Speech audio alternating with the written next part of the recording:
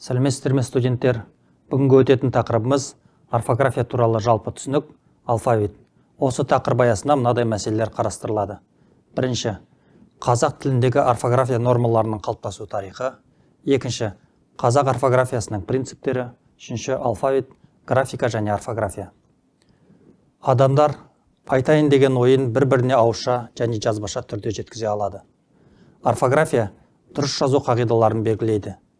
Тіл қоғамдық құбылыс болғандықтан, жұрттың бәріне ортақ оның жазу ережелері болады. Тілдегі сөздердің біркелкі жазылуының қалыптасуы халықтың мәдени дамуының басты көрсеткіштерінің біріне жатады. Сауатты жазу адам мәдениетінің қандай деңгейде екенін байқатады. Әлемдегі жазу жүйелерінің көпшілігі бірнеше ғасырлық даму жолынан өтті. Мәселен, орыс жазуының тарихы 2 ғасырдан асады. Осыған негізделген қазақ жазуы 60 жылдан асты. Алайда осындай ұзақ дамудан өтіп, жетілген деген жазулардың өзі де дыбыс жүйесі мен алфавиттің арасында толық сәйкестікке жете қойған жоқ. Қазақ тілі жазудың 3 түрлі жүйесін басынан өткізді. Қазақ жазуы 30 жылдарға дейін араб графикасын пайдаланып келді. 1929 жылы латын графикасына көшті.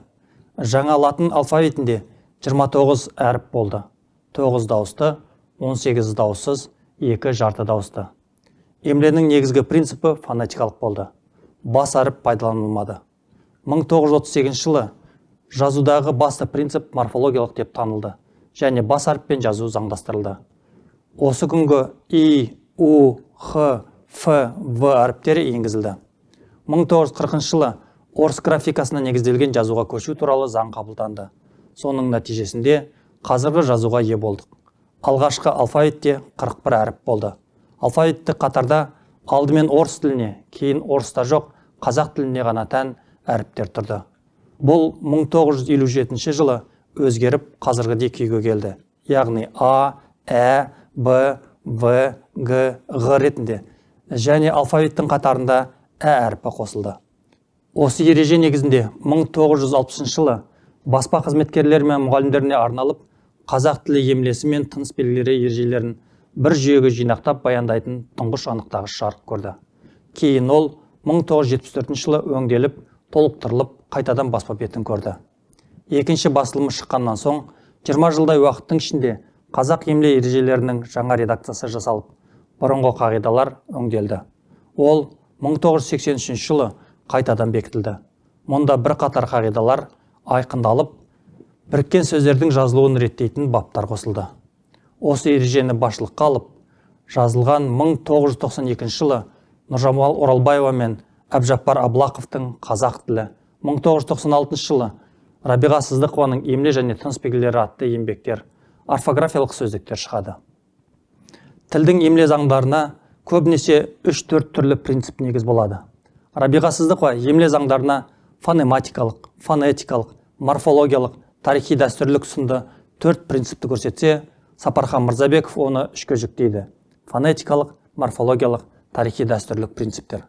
Кәкен Аханов емле заңдарын 6 принциппен қарастыруға болатынын айтады. Бірінші, фонематикалық. Дыбыстардың бір сөз ішіндегі немесе сөз аралықтарындағы бір-біріне тигізген әсерлері ескерілмей, негізгі фонемалық түрі сақталып жазылуы. Екінші, фонетикалық. Сөз бөлшектерінің дыбыстық өзгеріске ұшырауы есепке алынып, олардың айтылуынша, естілуінше жазылуы. Үшінші, этимологиялық. Сөздердің қалпын емес, шығу тегін сақтап жазуға негізделуі. Төртінші, дәстүрлік тарихи. Сөздер әуелгі тұлғасындағы емес, тілде қалыптасқан тұлғасы бойынша жазылуы. Бесінші, морфологиялық. Сөздердің ауызекі айтылуындағы көршілес дыбыстардың әсері нәтижесінде пайда болатын дыбыстық құбылыстар ескерілмей, бастапқы түбір күйіндегі дыбыстық құрамы сақталып жазылуы. Алтыншы, иероглифтік немесе символ.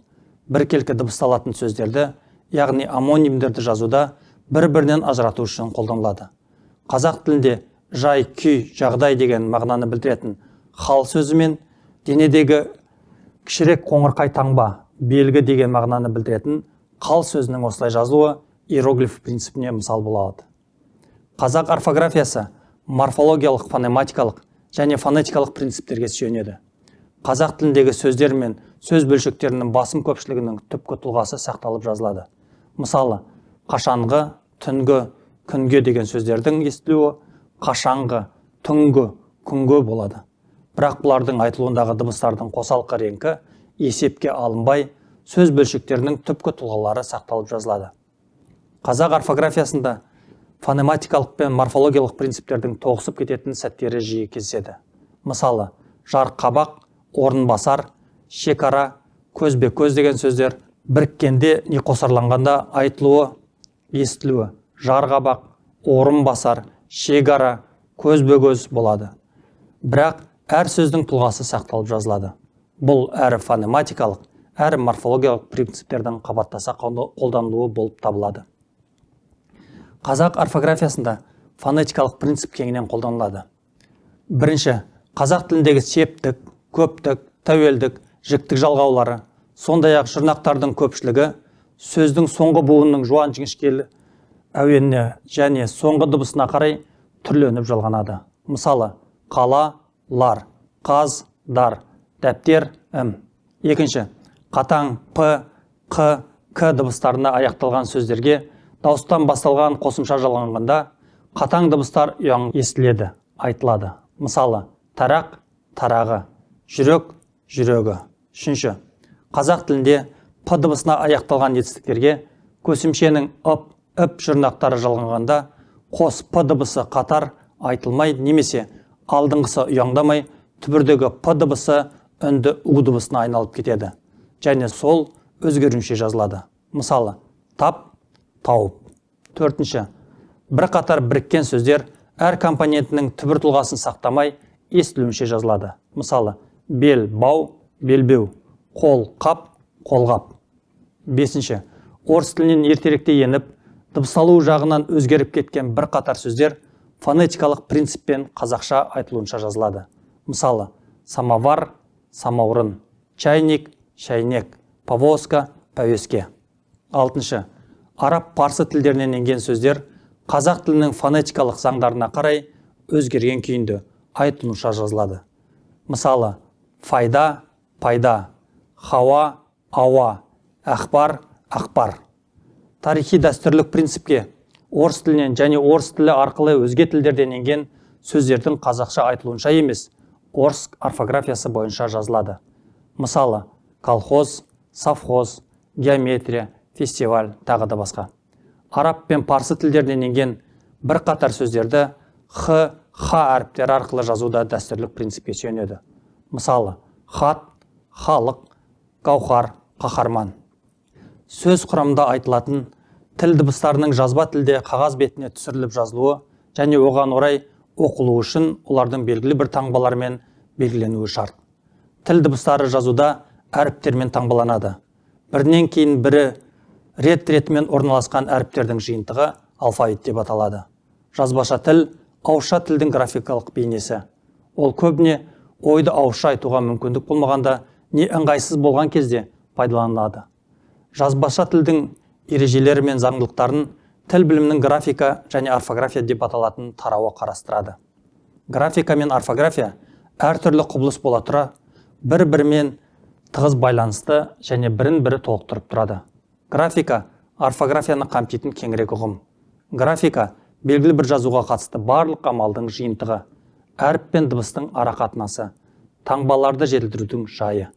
Қазіргі қазақ графикасының басты құралы әріптер мен түрлі тыныс белгілері болып табылады. Бұдан басқа сөздерді қысқарту, бас әріппен жазу, жаңа жолдан бастау, мәтіндегі кейбір сөздерді айшықтандыру графиканың амалына жатады. Жазуда әріптер тіл дыбыстарын неғұрлым дәл беретін болса, графикалық жүйеде соғұрлым жетілген болып табылады. Жеке әріп жеке дыбысқа сәйкес келетін, немесе жеке дыбысты жеке әріппен дәл беретіндей мінсіз графика жоқ деп есептеледі. Графика деген түсінік әдетте фонемалық жазуға байланысты қолданылады.